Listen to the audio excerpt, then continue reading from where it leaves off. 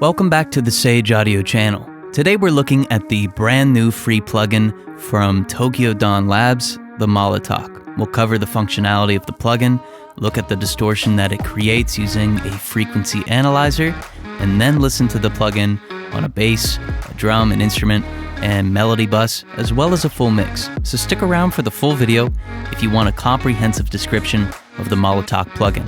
But first, if you're an artist, engineer, or a producer, and you have a mix that you need mastered, send it to us at sageaudio.com. We'll master it for you and send you a free mastered sample of it. All you have to do is create an account, upload the song, and we do the rest. So first, let's look at the functionality of the TDR Molotalk.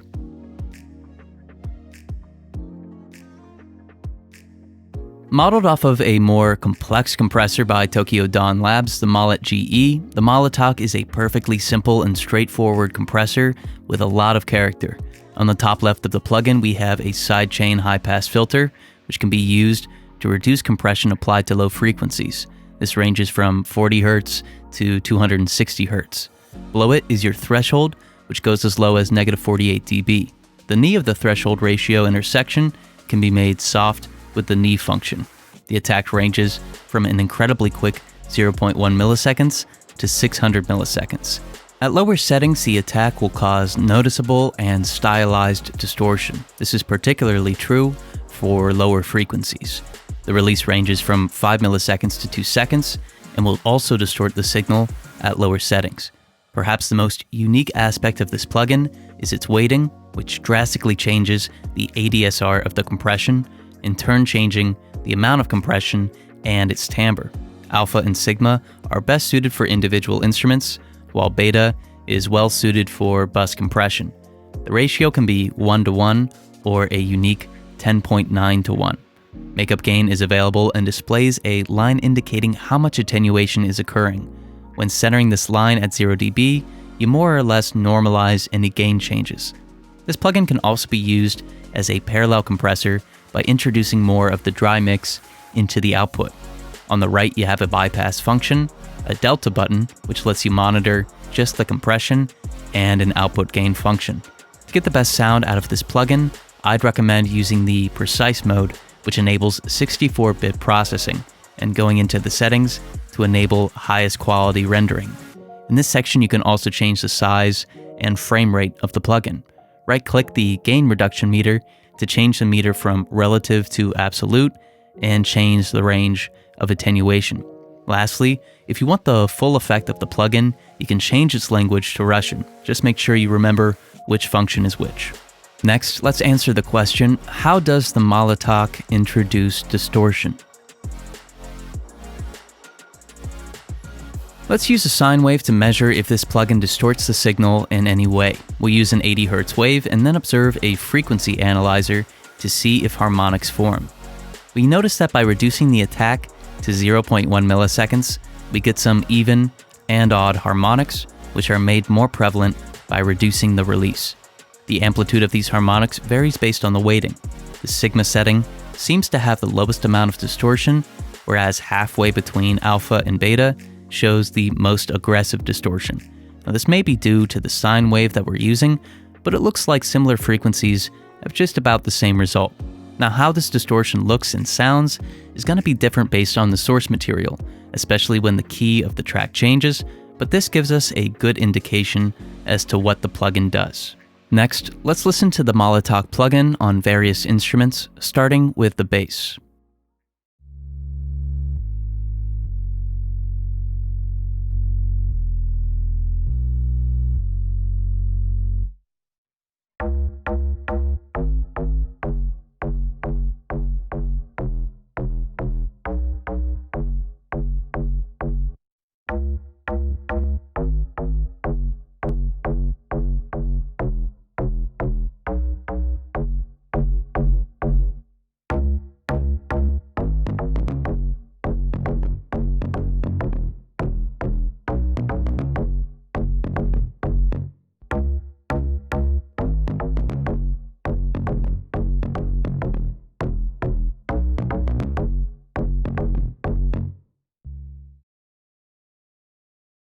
When compressing a bass, the Molotov can create a full and impressive sound. By compressing and increasing the makeup gain, we can establish a stronger sound. Now, this is especially true when we reduce the release to 5 milliseconds, since subtle distortion fills out the sound. Additionally, if we reduce the attack to 5 milliseconds, we can achieve some very cool, stylized distortion that might work well as an effect. Also, the alpha, beta, and sigma modes all seem to work well and can help blend the bass in or help it stand out depending on the mix. Next, let's check out this plugin on drums.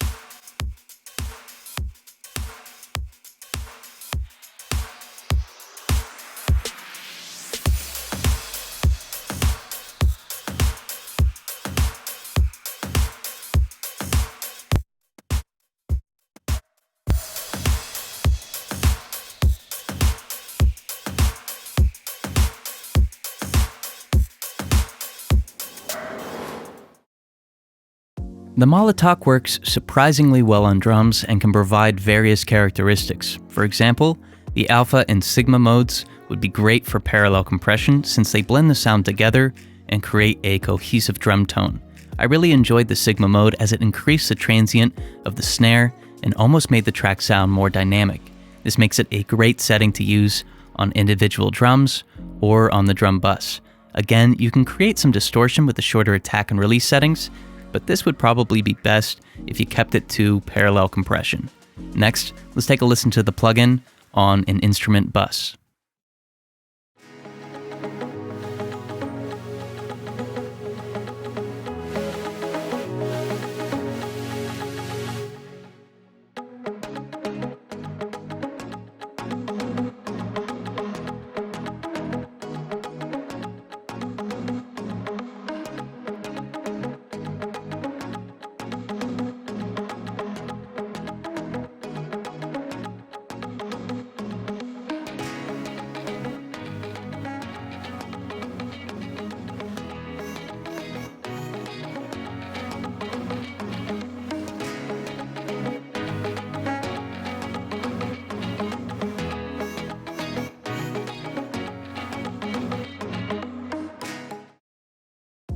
This is one instrument where I didn't really like the Molotov plugin. I couldn't hear a significant difference when A being the effect. I think the plugin could work well as a parallel compressor, however, I didn't like how lifeless it made the track feel. The compression, no matter whether or not it was alpha, beta, or sigma, seemed to hold on to the sound for too long, regardless of the release time. Next, let's check this plugin out on a melody bus.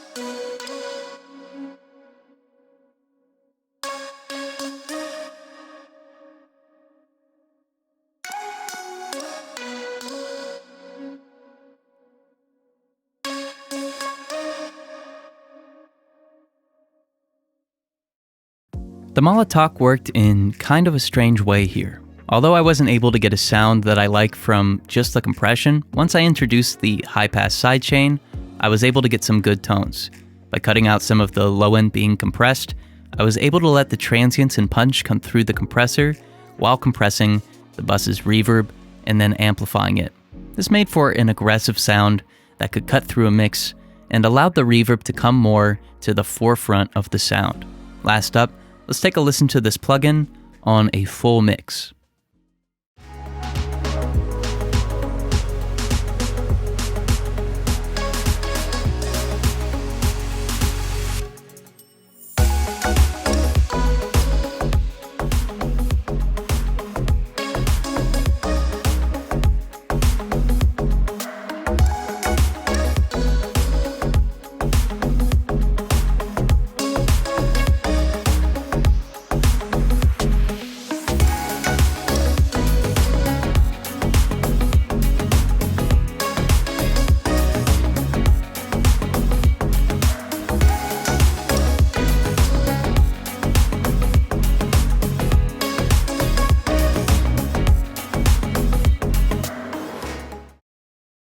I found that very subtle compression worked well on the mix. The beta mode was probably the best suited for a full mix as it glued the sound together in a pleasant way. I used a subtle ratio and only about 1 to 2 dB of attenuation, then I used some makeup gain. Slightly longer attack and release times were also best since it reduced distortion.